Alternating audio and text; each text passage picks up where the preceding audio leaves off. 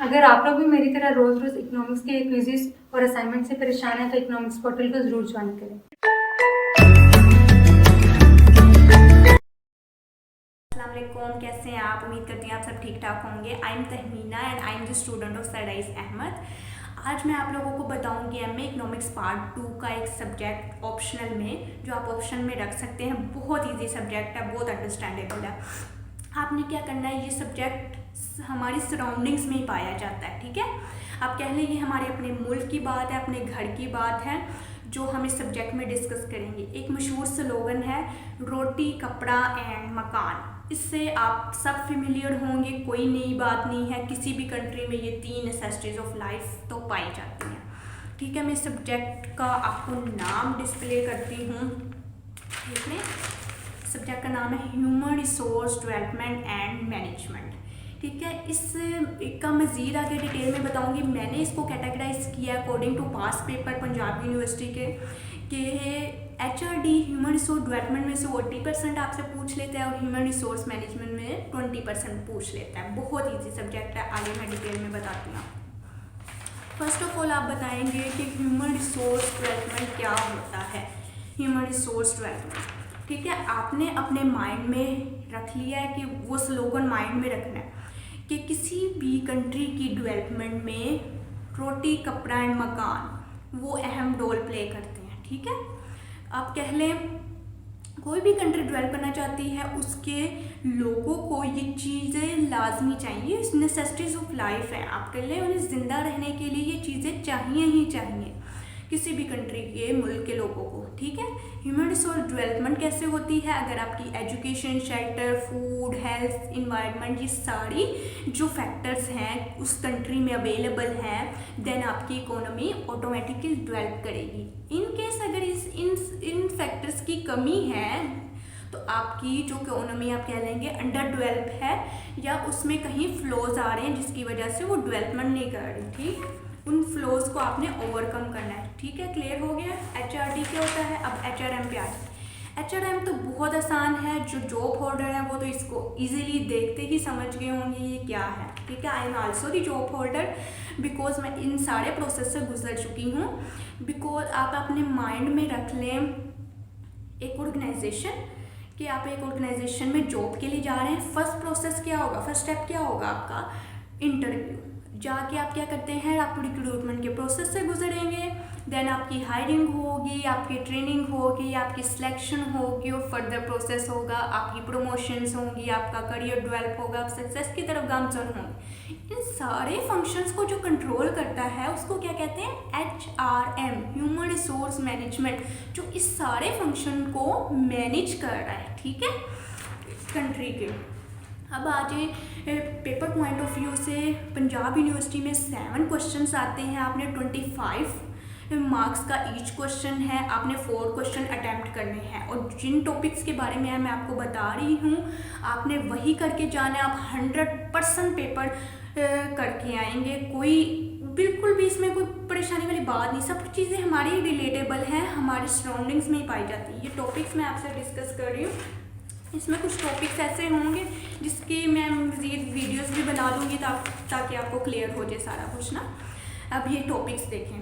Population growth, first of all कोई नया नाम नहीं, फेमिलियर है आप इस नाम से, कि बेसिक कि पॉपुलेशन ग्रोथ की वजूहात क्या है। Increase in birth rate, decrease in death rate, मतलब आपका बर्थ रेट ज़्यादा है डेथ रेट से, डेट्स वाई आपका पॉपुलेशन ग्रोथ है कंट्री में। वो आपसे ऐसे क्वेश्चन पूछ सकता है, what are the reasons of population growth, what are to suggest measures to remove this, to control this population growth, ऐसे पूछ सकता है। आपने एक नोटबुक पे अपने कीवर्ड्स बना लेने हैं, पॉइंट्स हाइडिंग्स बना लेने हैं, एटलीस्ट आपने 20 हाइडिंग्स ज़रूर लिखनी है, ठीक है।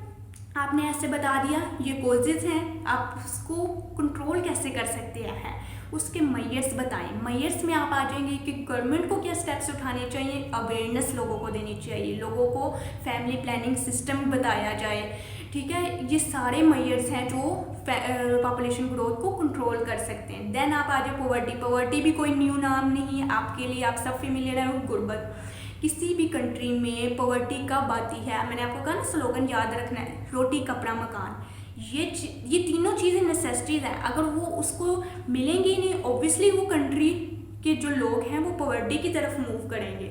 अगर गवर्नमेंट चाहती है कि वो पॉवर्टी से निकले, तो वो तीनों चीज़ें, वो नेसेसिटीज़ ऑफ लाइफ उस कंट्री के लोगों को प्रोवाइड कर दे, एजुकेशन सिस्टम बेहतर कर ले, फूड की जो शॉर्टेज है उसको ओवरकम कर ले, अपने फार्मर को एडवांस कर ले, अपने फार्मर को स्किल्स, ऐसी टेक्नोलॉजी प्रोवाइड कर दे जिससे उसकी प्रोडक्शन ज़्यादा हो, तो ऑटोमेटिकली एम्प्लॉयमेंट ज़्यादा होगी और गुर्बत कम होगी, और गवर्नमेंट इस सारे स्टेप से इसको ओवरकम कर सकती है।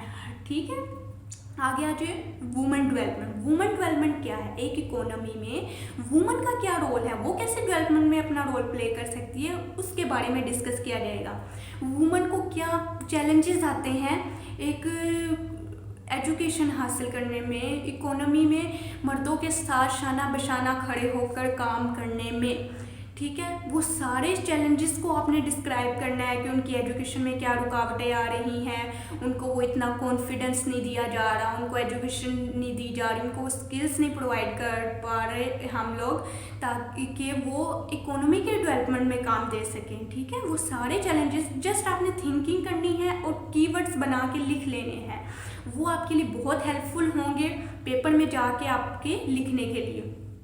नेक्स्ट आ जाए WTO and liberalisation, world trade organisation. इसका क्या रोल है? इसका रोल है दो कंट्रीज़ में जो ट्रेड करना चाहती हैं उनके दरमियान एक ऐसा एग्रीमेंट सेट करता है कि दोनों मुल्कों को मैक्सिमम प्रॉफिट हासिल हो सके। ठीक है, एज अ मिडलमैन काम करते हैं। लिबरलाइजेशन आप कह लें एक प्राइवेटाइज अदारा है, मतलब कहता है मैं गवर्नमेंट के अंडर नहीं काम करना चाहता, मैं अपने रूल्स एंड रेगुलेशन बना के अपनी कंपनी डेवलप करके अपने तरीके से उसको चलाऊंगा। ठीक है, वो आप कह लें। अब आगे आप आ जाए, इसमें है brain drain, very very important topic. इसके ऊपर मैं वीडियो भी एक बना दूँ कि ब्रेन ड्रेन होता है बेस्ट माइंडेड पीपल को लॉस करना। ड्रेन मीन्स लॉस करना, कि एक लेस डेवलप कंट्रीज़ में ब्रेन ड्रेन की क्या वजूहात हैं, क्यों ब्रेन ड्रेन हो रहा है, अगर हम इसको ओवरकम कर लें तो देन हमारी इकोनॉमी कहाँ पे खड़ी होगी। ठीक है, ये सारे स्टेप्स हम इसमें बताएंगे। नेक्स्ट आप आ जाते हैं labour migration issue. Labour migration issues, क्यों लेबर माइग्रेट कर रहा है, क्या इश्यूज आ रहे हैं, कोई सिक्योरिटी के इश्यूज हैं, कोई हेल्थ इश्यूज हैं, कोई एम्प्लॉयमेंट इश्यूज हैं जिसकी वजह से लेबर माइग्रेट कर रहा है। ये सारे इश्यूज आपने डिस्क्राइब करने हैं। ठीक है, नेक्स्ट आपने आ जाए ह्यूमन हेल्थ एंड एनवायरनमेंट के, ह्यूमन हेल्थ एनवायरनमेंट पे कैसे इफेक्ट्स आ रहे हैं एक कंट्री में, लेस डेवलपमेंट कंट्री में क्या इसकी सूरत हाल होती है, और डेवलपमेंट कंट्री में कैसी सूरत हाल होती है एक ह्यूमन हेल्थ की और इन्वायरमेंट की, कि वहाँ का इन्वायरमेंट कैसा है, इधर का इन्वायरमेंट कैसा है। चाइल्ड मोरालिटी के हमारे मुल्क के चाइल्ड को उनकी मोरल वैल्यूज़ पता है कि नहीं, what is right and what is wrong, कि उन्हें एथिकल वैल्यूज़ पता है किससे क्या बात करनी है, कैसे बात करनी है, किस रिस्पेक्ट वे में करनी है, कैसे करनी है। ठीक है, ये सारा। इसमें एक एडिशनल आप कह लें एक आ जाता है चाइल्ड लेबर। चाइल्ड लेबर के मतलब भी सवाल पूछ सकते हैं, उसमें ये आ जाएगा कि what are the causes of child labour, कि आपकी कंट्री में चाइल्ड लेबर की क्या वजूहात हैं जो आपने बतानी है।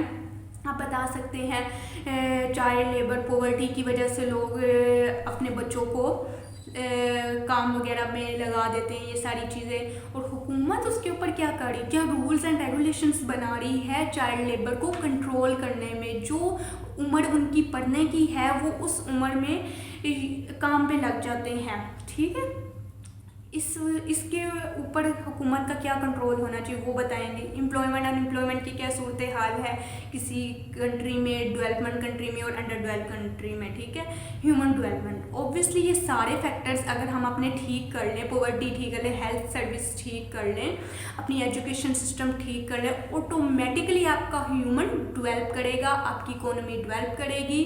और ह्यूमन डेवलपमेंट आप कह लें एक अहम रोल प्ले करता है किसी भी कंट्री की डेवलपमेंट में। ठीक है, ये सारे टॉपिक्स आपने क्या करने हैं, अपने जस्ट थिंकिंग करनी है, कीवर्ड्स बना के अपने पास रख लें, पेपर में जाके लिखाएं। आप, मैं श्योरिटी के साथ कह रही हूँ, पेपर आपका बहुत ईजी आएगा और आप लोग ऐसे अटैम्प्ट करके आएंगे और शीट्स ख़त्म हो जाए, मटेरियल नहीं ख़त्म होना। बिल्कुल ऐसे ही है, ठीक है। मैंने इसकी तैयारी किसी बुक से नहीं की, मैंने इसको सिर्फ 1 डे पहले, पेपर से पहले ऐसे ही मेन टॉपिक्स पास पेपर्स में देख लिए और उसके कीवर्ड्स बना ली। एटलीस्ट 20 हाइडिंग्स मैंने तैयार कर ली और वो मैं जाके पेपर में लिख आई। और मैं आपको कैसे बताऊं, मेरा पेपर अल्हम्दुलिल्लाह बहुत अच्छा हुआ कि मैं अपने पेपर से बहुत सेटिस्फाइड हुई। इसलिए मैं आपको सजेस्ट करूँगी ये सब्जेक्ट ज़रूर रखें, मुझे अपनी दुआओं में ज़रूर याद रखिएगा। अगर फिर भी कोई प्रॉब्लम हो तो मुझसे आप कॉन्टैक्ट कर सकते हैं। मुझे दीजिए इजाज़त, अल्लाह हाफ़िज़।